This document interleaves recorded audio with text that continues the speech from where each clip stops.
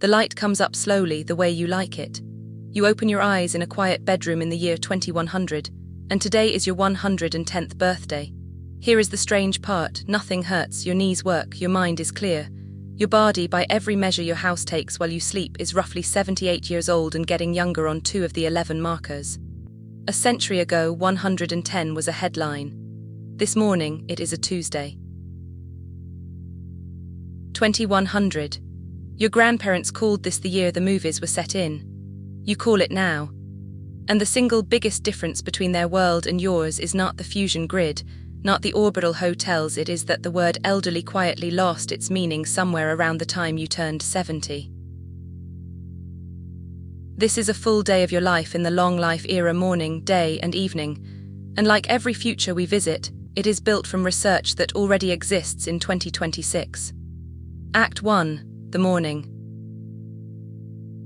In the bathroom, the mirror runs your daily read while you brush your teeth. It is not checking whether you are sick. It is checking how fast you are aging, reading chemical marks on your DNA, the way your great-grandparents' watch is counted steps. The number it cares about is not your birthday age. It is your biological age. Yours has been drifting downward for 30 years. Your body at 110 is a running restoration project.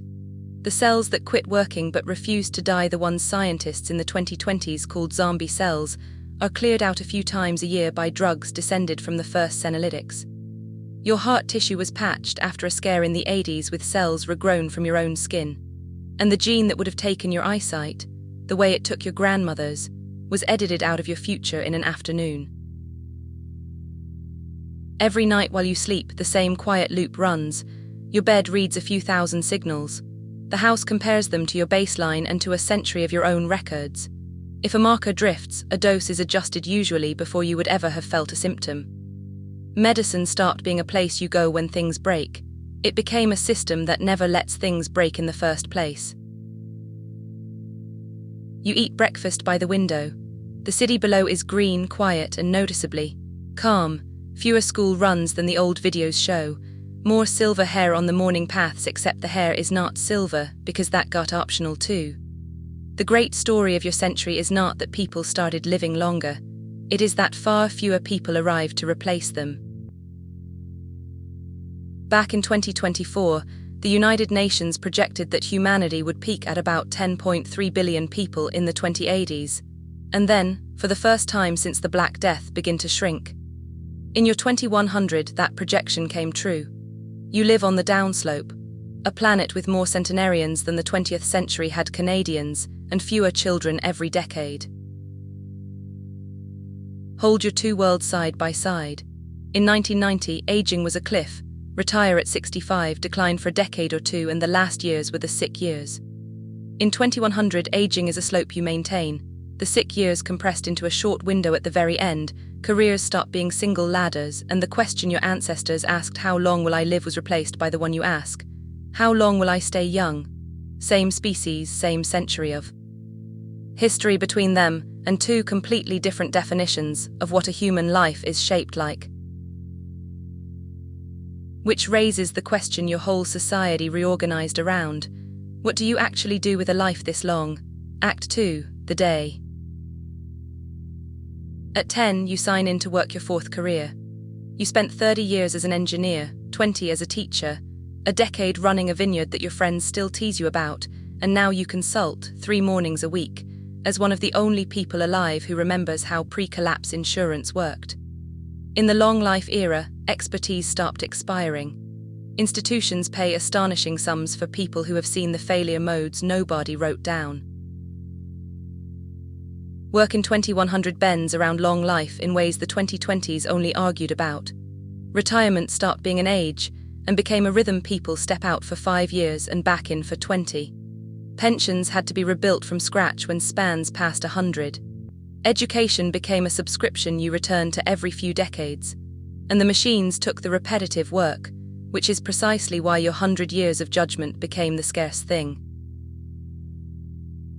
If you want the moment your century actually began, it was not a longevity pill, it was a baby. In 2025, a boy called KJ was born with a 1 in a million genetic liver disease, and doctors in Philadelphia built him a personal gene editing treatment, written for his exact mutation, in about 6 months. He was the first human being ever handed a custom fix for his own code.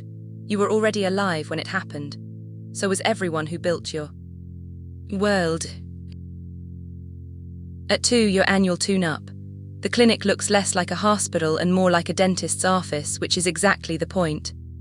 What baby KJ needed a heroic 6-month sprint for, your clinic does routinely.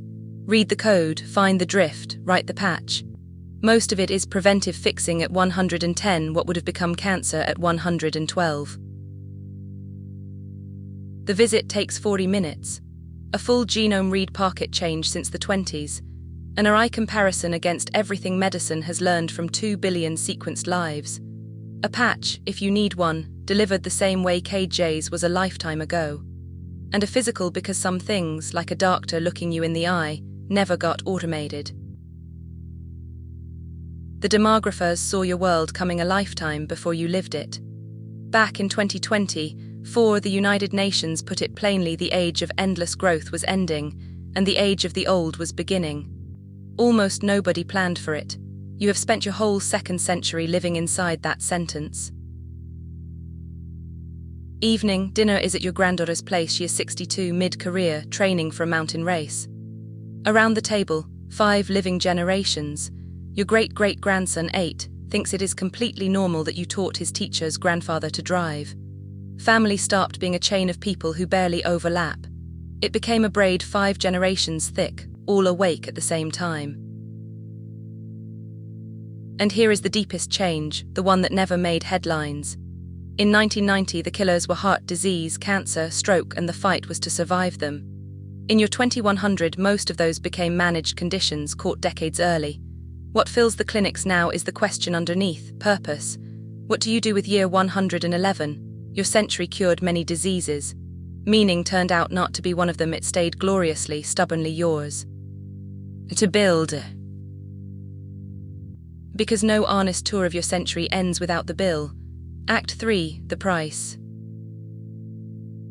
Be honest about your world. The tune-ups arrived rich first for decades. Your biological age tracked your bank balance, and whole regions aged the old way while others stopped. The pension collapses of the 60s were not gentle. A shrinking humanity means shrinking markets, and economists still argue about the end game. And one more thing, whispered at every 110th birthday: nobody yet knows where the ceiling is or what a mind is like at 180. You are, all of you, still the experiment. Your world is better than theirs was, and it is not finished, and it was not free. You turn off the light at 11, 110 years old, with a body of 78 and a calendar full of next decade. Everything in your day grew from seeds already planted by 2026. The first custom gene fix, the first senolytic trials, the clocks that read your true age, and a population curve quietly bending. If you want to see where you might wake up next, subscribe. Because next time you wake up somewhere with a red sky, a full day. Inside the first Mars city, see you in the future.